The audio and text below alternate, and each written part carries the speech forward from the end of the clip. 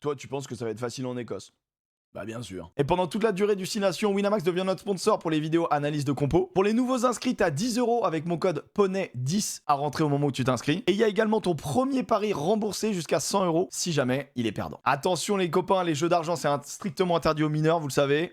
Les moins de 18 ans, c'est niette. Et pour les plus de 18 ans, faites attention aussi à vous. Les paris sportifs ne sont pas une alternative au travail. Ça permet pas de s'enrichir. Donc faites vraiment attention à vous. Jouez pour le plaisir, jouez des petites sommes. Ne jouez pas l'argent dont vous avez besoin voilà, pour payer les factures, etc. Faites pas les cons. Si ça vous intéresse, vous avez toutes les infos en description. Et à la fin de la vidéo, je vous donnerai la cote que j'ai retenue pour ce match. Et on est parti, c'est la classique maintenant sur l'analyse des compositions et pourquoi pas des styles des deux équipes. Il faut rappeler quand même en préambule de cette vidéo que l'équipe d'Écosse et l'équipe de France peuvent remporter le tournoi des 6 Nations. Donc ça va être un match entre le premier et le deuxième très serré, en tout cas en termes de points au classement, puisque vous le voyez, l'équipe d'Écosse a 11 points, l'équipe de France a 15 points. En cas de victoire de l'équipe d'Écosse bonifiée, il passerait devant nous si nous on prenait pas de points de bonus. Après, je vais pas vous mentir, moi mon feeling c'est que 1, on va pas perdre, et 2, on a un tel goal average, même une défaite là-bas, on aurait encore notre destin entre les mains, et terminer sur un crunch au Stade de France si tu peux gagner le tournoi, bon, faut pas déconner non plus. Mais on verra, c'est deux matchs qui sont plutôt difficiles, les Écossais n'ont jamais gagné le tournoi des 6 Nations, donc ils ont quand même très envie de briller. Cette défaite, ce caillou dans la chaussure en J1, avec la défaite à Rome, je pense qu'ils l'ont encore là, puisqu'après derrière ça bat relativement fièrement l'équipe d'Angleterre, et puis ça bat le Pays de Galles un petit peu poil de et il y a aussi l'Irlande qui peut remporter le tournoi, on verra ça, mais là ce qui nous intéresse c'est Écosse-France, et comptablement si l'équipe de France gagne avec le bonus offensif, et l'équipe de France remporte le tournoi à la J4, ce qui serait assez incroyable. On démarre avec la composition de l'équipe de France. C'est une composition qui me fait réfléchir, mais c'est surtout la discussion après de Fabien Galtier, voilà, la conférence de presse qui qui m'embête un peu, je vais vous expliquer pourquoi.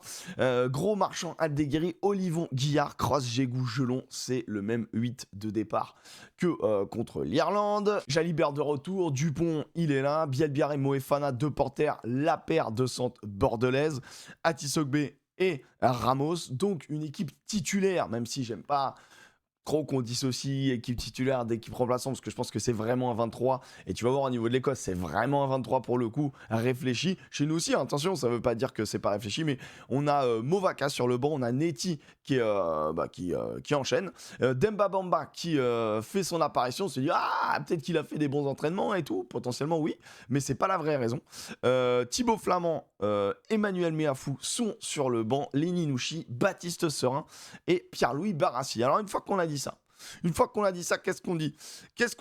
On dit que les justifications sur le pourquoi d'Olivon Guillard, moi, me plaisent pas des masses. J'aurais aimé qu'on m'explique que la logique, c'est de se dire, ça c'est une deuxième ligne extrêmement mobile. Charles Olivon en touche, c'est un véritable client. Donc on a besoin d'avoir Olivon, Cross, Gelon. Après, en même temps, sur la touche, Flamand, c'est un monstre aussi. Donc cet argument de la touche n'aurait pas été valable. Mais au moins de la mobilité. On sait qu'un Michael Guillard, c'est quelqu'un qui plaque à tour de bras. C'est quelqu'un qui protège aussi tes bords de ruck. On sait que les Écossais attaquent énormément bord de ruck sur des retours, on a des Ben White qui aiment trop faire des gestes du bras en mode ouais, on va jouer sens, paf, je te l'envoie sur le retour. Ils aiment trop faire ça, attaquer les zones border rock. On a besoin de deuxième ligne, troisième ligne, même, on va dire, tout le paquet d'avant, extrêmement vigilant, extrêmement dynamique au niveau des border rock, on va dire des zones jusqu'à 5 mètres autour des rocks, quoi, parce que c'est là où ils peuvent vraiment nous faire mal, c'est là où ils peuvent densifier, arriver avec 1, 2, 3 joueurs dans cette zone, un petit peu de perturbé, et c'est là où il faut avoir de la lucidité et être bon en défense. Donc ça pouvait se justifier comme ça, mais la justification, j'ai l'impression qu'elle est un peu différente. J'ai l'impression qu'elle a été de dire que Flamand a eu une pointe au mollet, donc comme on a fait des couples Flamand Meafou, Olivon Guillard, et comme il s'est pas entraîné à fond, et on a mis Olivon Guillard. Quid du vrai, du faux? Dans les confs de presse, ils peuvent nous donner un peu à manger au niveau de la tactique sans révéler la stratégie, tu vois, un petit peu au moins sur le choix des hommes. Mais moi, je sais pas, si la justification c'est que les blessures, ça me gêne un peu, sachant que c'est un peu ce à quoi ça ressemble, puisque Cross, Jégou, Gelon, il n'y a rien à dire, si ce n'est que Anthony Gelon, lui, apparemment, a été présent. Tu sais, on avait entendu dire que Anthony Gelon allait peut-être pas être là. Au final, il est bien là. Il avait juste une pointe au mollet. Ils l'ont préservé. Ils l'ont pas fait s'entraîner sur l'entraînement. C'est Nouchi qui avait porté le numéro 8. Donc on s'est dit, oula, ça y est, révolution. Pas du tout. Dupont, Jalibert, c'est good. Moefana de Porter. Pour moi, c'est assez logique puisque c'est la paire de centre titulaire qui a démarré, qui a fait quand même une très grosse prestation contre l'Irlande. C'est pour moi l'équipe. Enfin, la paire de centres qu'il faut développer en priorité. C'est une équipe de. Ouais, c'est une paire de centres d'équipe. Voilà, je vais y arriver de l'UBB. Donc, je trouve ça intéressant d'avoir la connexion 12-13 de même club. Donc, c'était le cas avec les Palois, hein, bien sûr. Mais ce qui s'est passé, c'est que Fabien Brobory s'est fait une luxation au doigt. Il s'est pété le doigt. Et du coup, il s'est retourné le doigt. Et du coup, pas dispo. Donc, il s'est pas trop entraîné. Donc, ce qui fait qu'il y avait l'option Gourg-Barassi. Mais au final, si t'as tes deux mecs qui sont aptes, et puis c'est tes deux mecs qui plus ou moins sont titulaires avec qui t'as envie de voyager, là, y a pas le choix est pas trop compliqué, et on comprend le choix des hommes pour le coup. Sachant que Moefana de Porter vont jouer la paire de centres la plus... peut-être la européenne qui se connaît le mieux, et peut-être l'une des plus fortes. J'allais dire la plus forte, l'une des plus fortes, comme ça... On balise. Et la justification, là, pour le coup, elle est assez logique. Atisogbe, Ramos, donc ça, on l'a dit. Sur le banc, moi, ce que je note, pour le cas d'Emba Bamba, c'est pareil. C'est Georges-Henri Colombe qui devait être là, mais il s'est blessé. Donc, on a mis Demba Bamba. Il y avait le choix entre Laclaya et Demba. Je suis content. Un peu énième deuxième chance pour Demba Bamba, mais il enchaîne avec le Racing. Je crois que j'en attends beaucoup. Voilà, sur ce match, je pense que son entrée va être primordiale. Surtout quand tu vois le banc très sérieux du côté de l'Écosse, et il va falloir un bon Demba Bamba, donc j'ai hâte.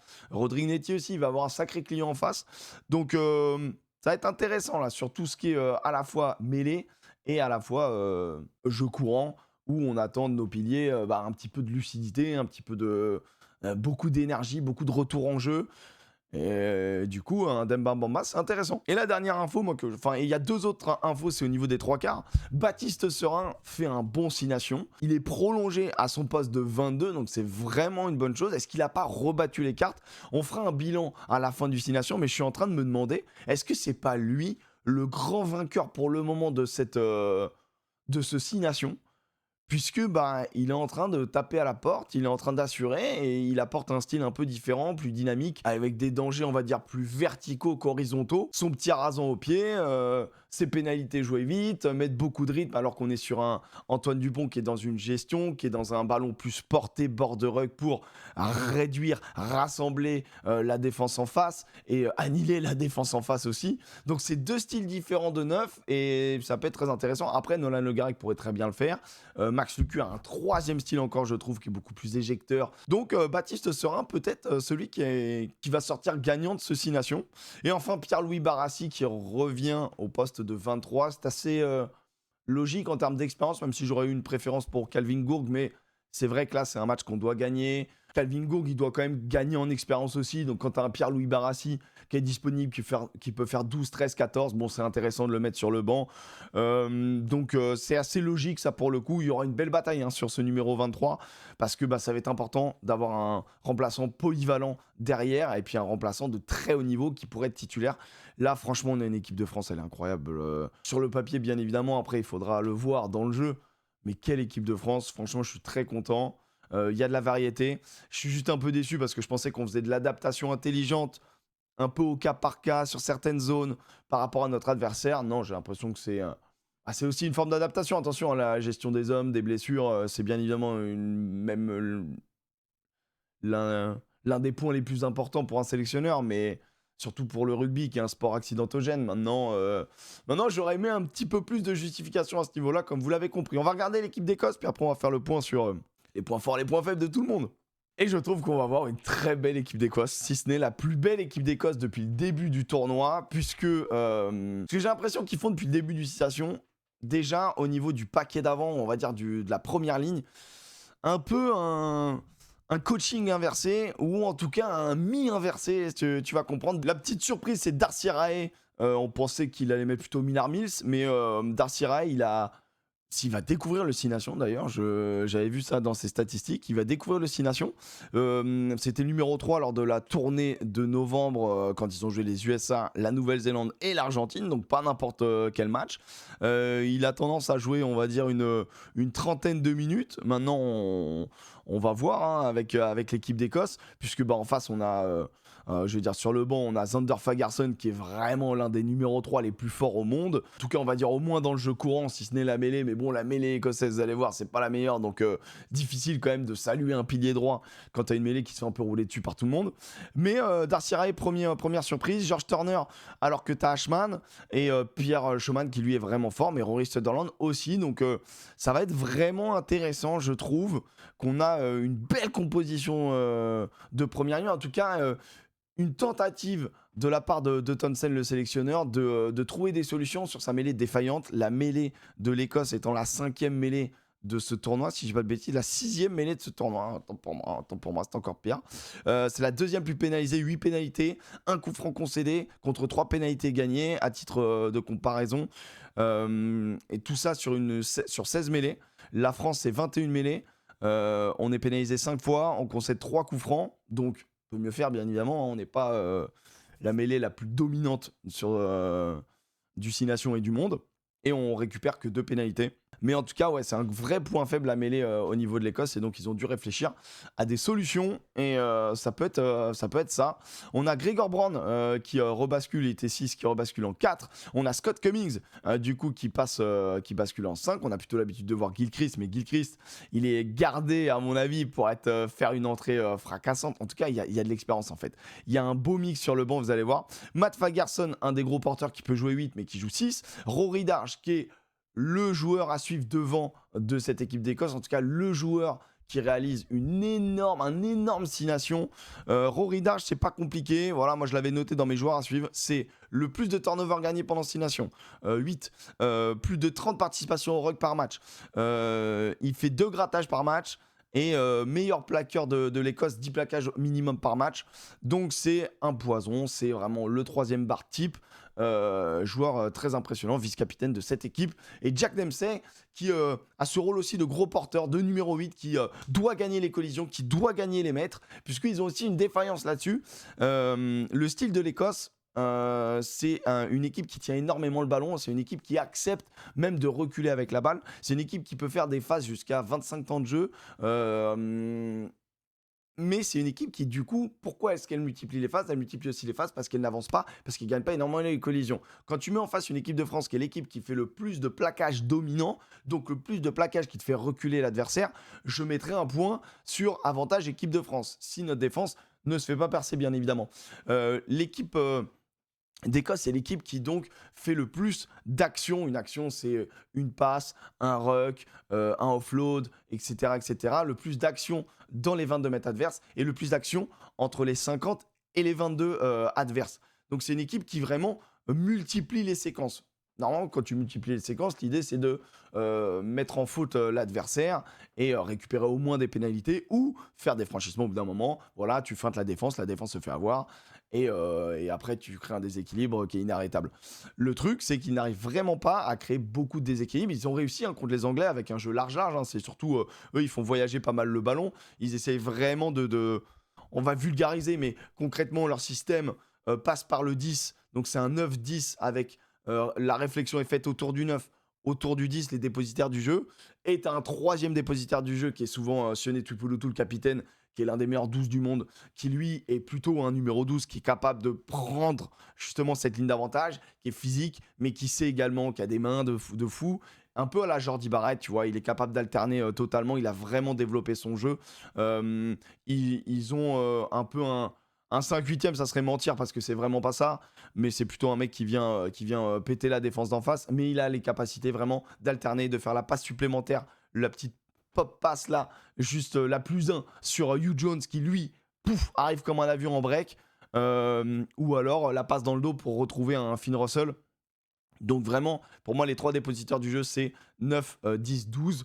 Quand nous, en France, on a, avec surtout Jalibert, du coup, Jalibert, Ramos et Dupont, on est plutôt en 9, 10, 15. Ça dépend des systèmes de jeu en soi.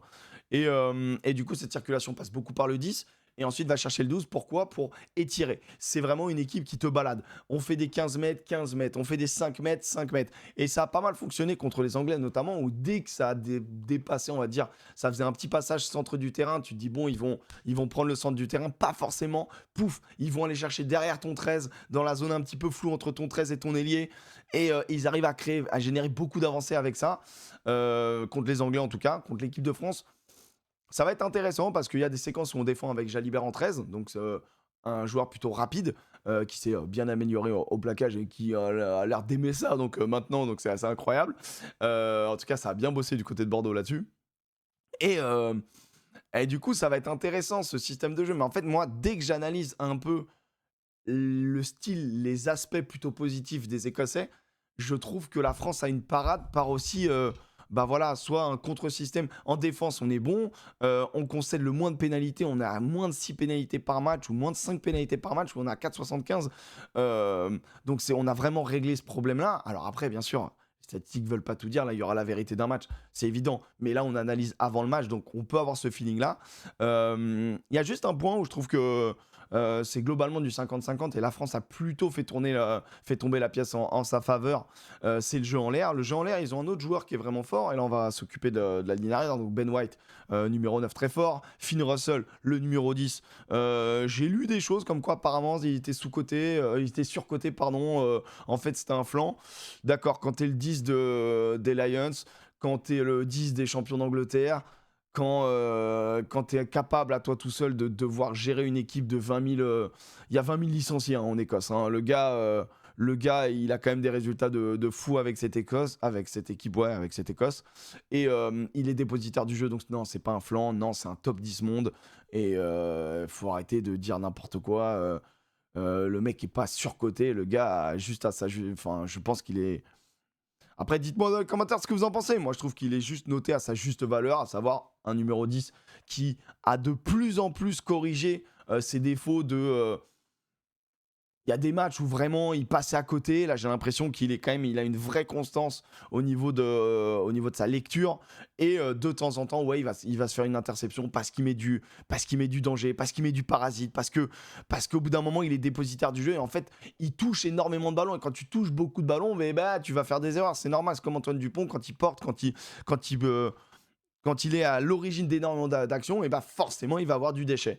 Et bah Finn Russell c'est pareil. Alors des fois c'est du déchet qui fait mal et qui coûte cher, puisque les interceptions, tu peux te retrouver à -7 alors que tu avais une belle action. Oui, ça arrive. La vérité c'est que la plupart du temps, il trouve des bonnes zones. C'est un joueur qui est génial. Je vous invite à vraiment l'observer. Il fait que des gestes parasites. Il fait tout le temps, c'est le champion du monde des gestes parasites. Il fait pas genre prise de balle, passe. Non, il fait prise de balle, fin de passe, regard à gauche. Je la mets tout le temps dans son body, dans son physique, avec sa gestuelle de main. Tout le temps des petites feintes, des petites feintes, des petites feintes. Feinte de jeu au pied, feinte de... il est génial. Enfin, moi, ok, peut-être que moi, je suis un peu un pom-pom girl de ce mec, mais lire qu'il est surcoté, c'est le 10 des Lions, les mecs, c'est le 10 champion d'Angleterre, ça va aller, non? Ça va aller.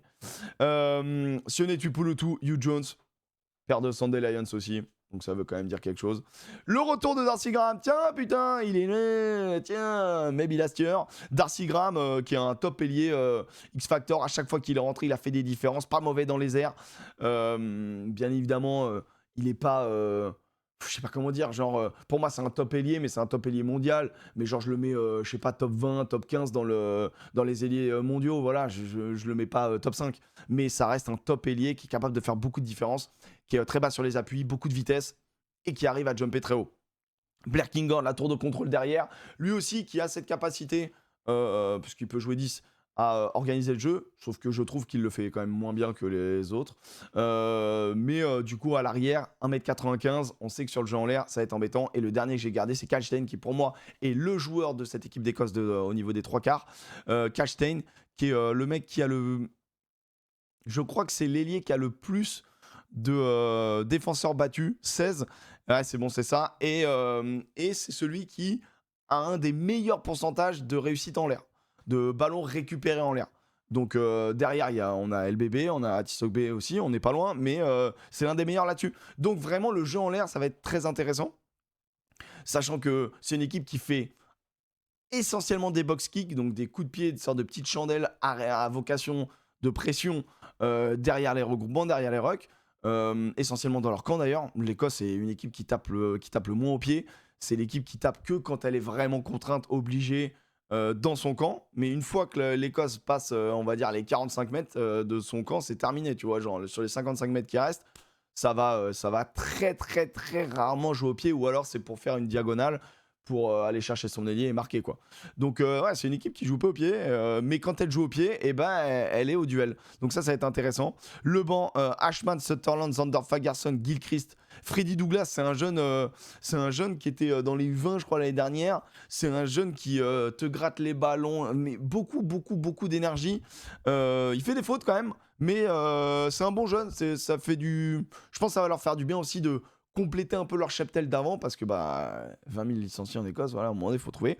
Baelish, pareil, gros porteur, c'est intéressant. George Horn en remplacement, et Tom Jordan qui a joué 15 la plupart du temps, qui peut jouer 10, qui peut jouer 12, donc c'est un peu leur utility back, qui est un top joueur, mais qui a jamais, je trouve, sorti un énorme match référence derrière.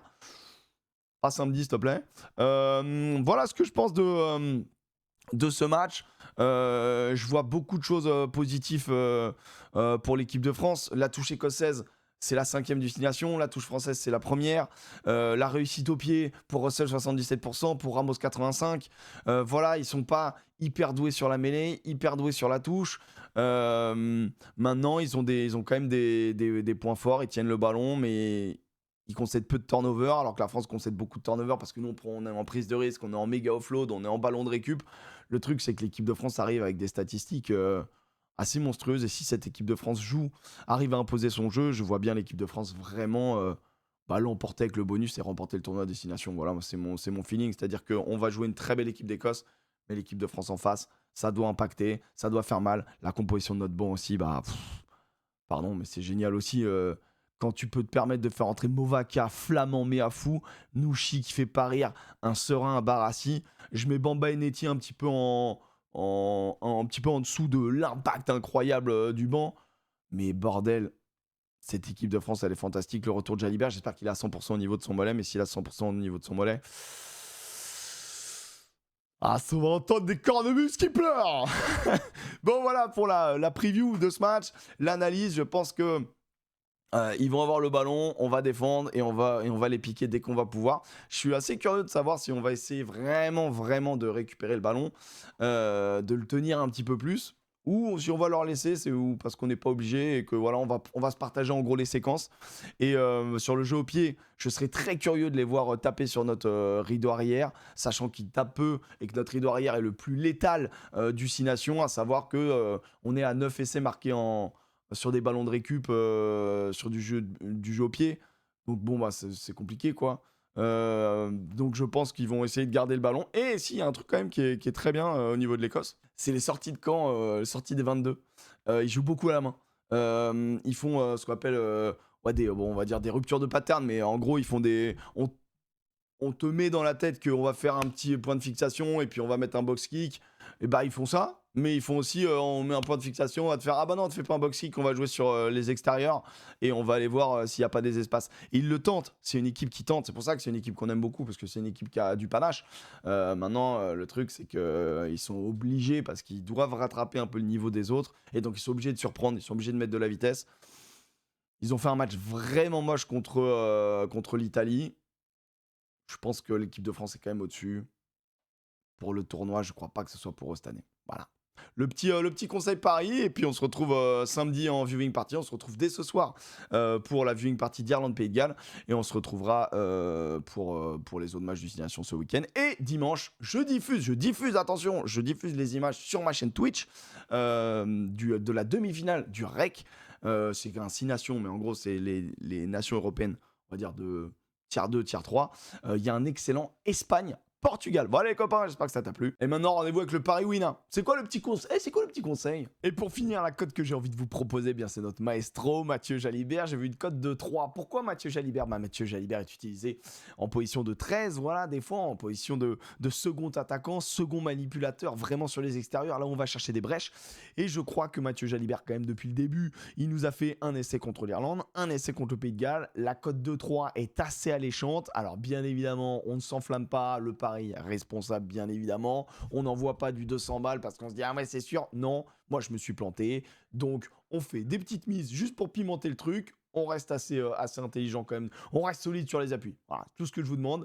Mais la cote de 3 de Mathieu Jalibert, écoutez, je la trouve sympa. Puisqu'il aura faim. Il aura faim. Il lui a manqué le match contre l'Italie. Il revient en forme. J'espère que ça va aller. Et je pense qu'il peut planter. Voilà. Puisqu'il y a un petit duel contre Finn Russell, il a envie de marquer les esprits. On le sait. Allez les bleus, on va regarder tout ça. Ciao les potes!